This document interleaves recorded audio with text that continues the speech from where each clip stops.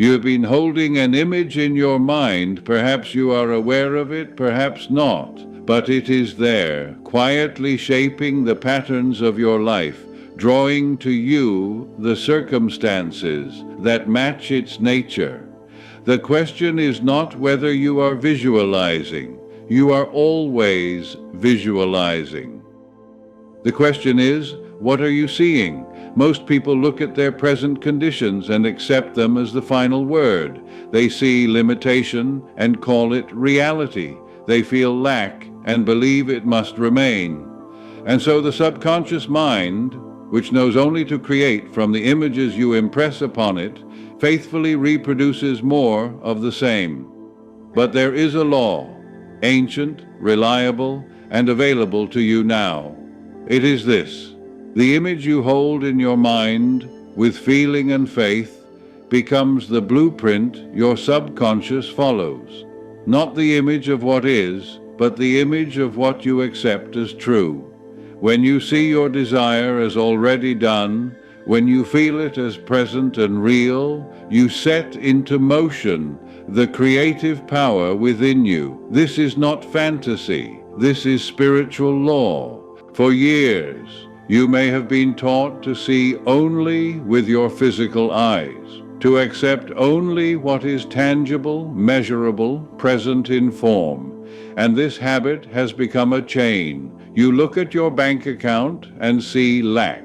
You look at your relationships and see distance. You look at your health and see limitation. And each time you do this, you are instructing your subconscious mind to continue producing these very conditions. This is not your fault. This is simply misunderstanding. The subconscious mind does not argue with you. It does not judge whether your mental image is real or imagined. It responds only to the nature of the impression you give it. If you persistently imagine limitation, it will create limitation. If you persistently imagine fulfillment, it will create fulfillment. The law is neutral. It is precise. It never fails. But here is what most people do not realize. Imagination is not idle daydreaming. Imagination, when used with understanding, is the workshop of creation. It is the faculty through which all outer achievement begins. Every invention, every work of art, every building ever constructed existed first as an image in someone's mind. The outer form followed the inner pattern. This is not metaphor. This is how the creative process works. And yet, when it comes to your own life, you may have been using your imagination against yourself.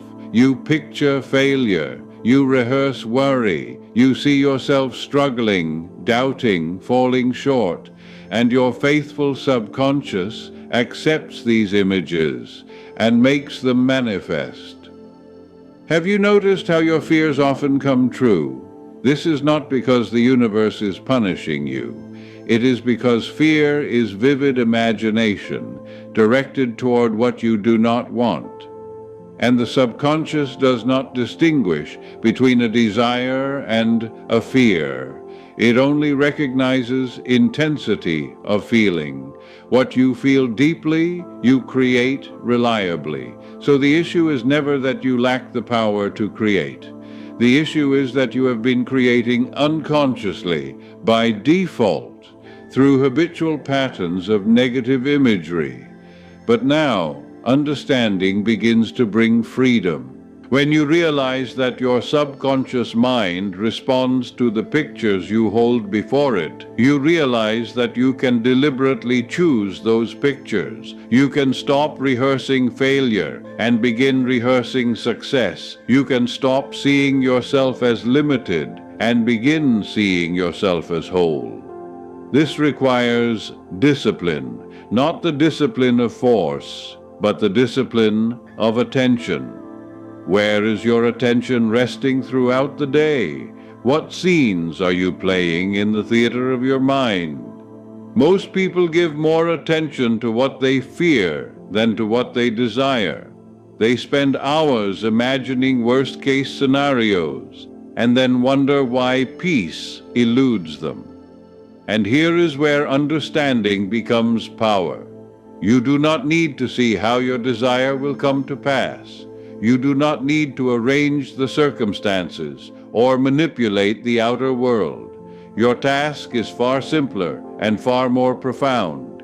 You need only to see it as done. See it as done, not as hoped for, not as struggled toward, as done, as already accomplished in the invisible realm of mind, waiting now to take form in the visible realm of experience. This is the image that changes you. Let this truth settle deeply within you. The subconscious mind creates from images, not from words or wishes or desperate pleas. You may say affirmations all day long, but if the image in your mind contradicts them, the image will win. You may pray fervently for abundance, but if you picture yourself in lack, lack is what you will experience. The subconscious accepts what it feels as true. And what determines feeling? The vividness and constancy of your mental image. When you see something clearly, when you dwell in the feeling of it, when you return to it again and again with quiet faith, it becomes impressed upon the subconscious, and what is impressed within must be expressed without. This is not magic. This is law. Think of a time when you worried about something that never happened. The worry felt real. Your body responded. Your heart raced. Your stomach tightened. Why? Because to the subconscious, the imagined scene was as real as any physical event. Now consider, if imagination can produce fear and tension, can it not also produce faith and peace? If you can vividly picture disaster, can you not equally picture triumph? You can. And when you do, everything begins to change. Here is the practice. Several times throughout your day, particularly before sleep and upon waking, construct a clear mental scene that implies your desire is already fulfilled. Do not picture yourself wanting it. Do not see yourself trying to get it. See yourself having it. See yourself living from the state of fulfillment. If you desire health, do not visualize yourself sick and hoping to recover. See yourself radiating vitality. Feel the strength in your body. Imagine someone congratulating you on how well you look. Make the scene brief but vivid. Make it real to your inner senses. If you desire prosperity, do not picture empty bank accounts or mounting bills. See yourself handling your affairs with ease and gratitude. Feel the relief, the peace, the quiet confidence of one who is abundantly provided for. Perhaps you see yourself paying for something without a second thought. Perhaps you feel the warmth of giving generously. Choose any scene that implies fulfillment and dwell there. The scene itself matters less than the feeling it generates. This is critical.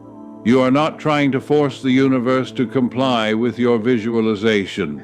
You are impressing your subconscious with a new pattern, and the subconscious, being the creative medium, will find ways to manifest what you have accepted. Can you sense that quiet certainty within you even now?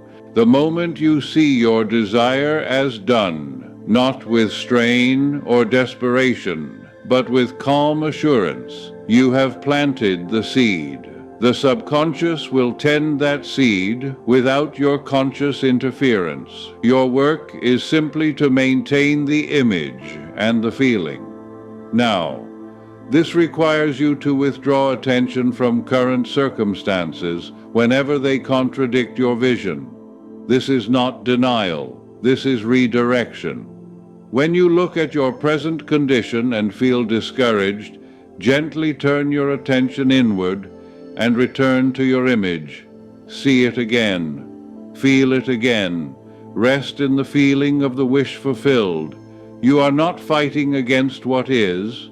You are simply choosing to dwell in what can be, and by dwelling there in faith, you allow it to become what is.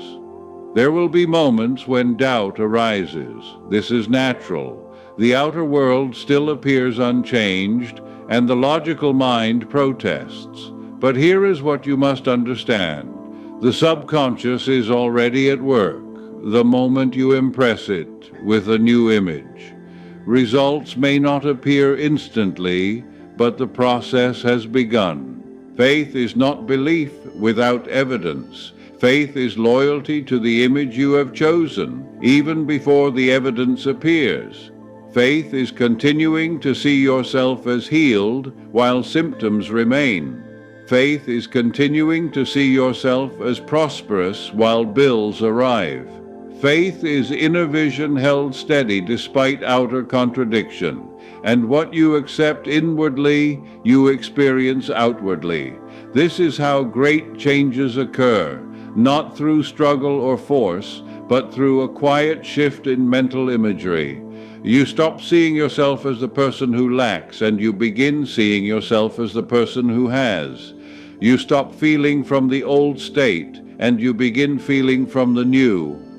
Consider the story of the man who desired employment. For weeks he'd been searching, submitting applications, hearing nothing but silence and rejection. His mind was filled with images of failure, of not being chosen, of running out of time and resources.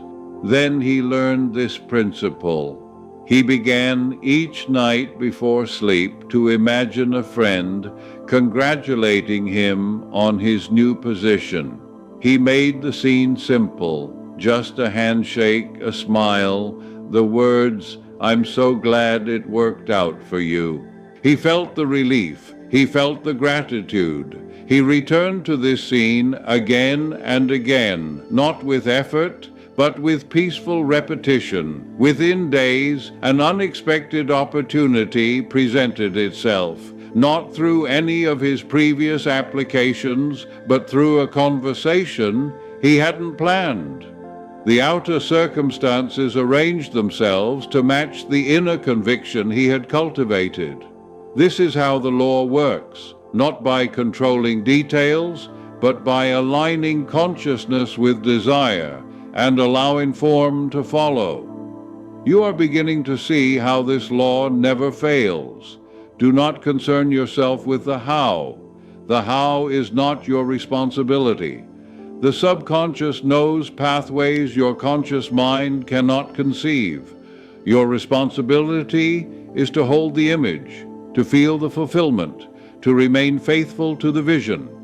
And if the old patterns reassert themselves, if worry returns, if doubt creeps in, do not condemn yourself. Simply notice and redirect. Return to your image. Return to your feeling. Return as many times as necessary, with patience and kindness toward yourself. Over time, the new image will become natural. It will replace the old. And when the inner picture changes, the outer world must follow.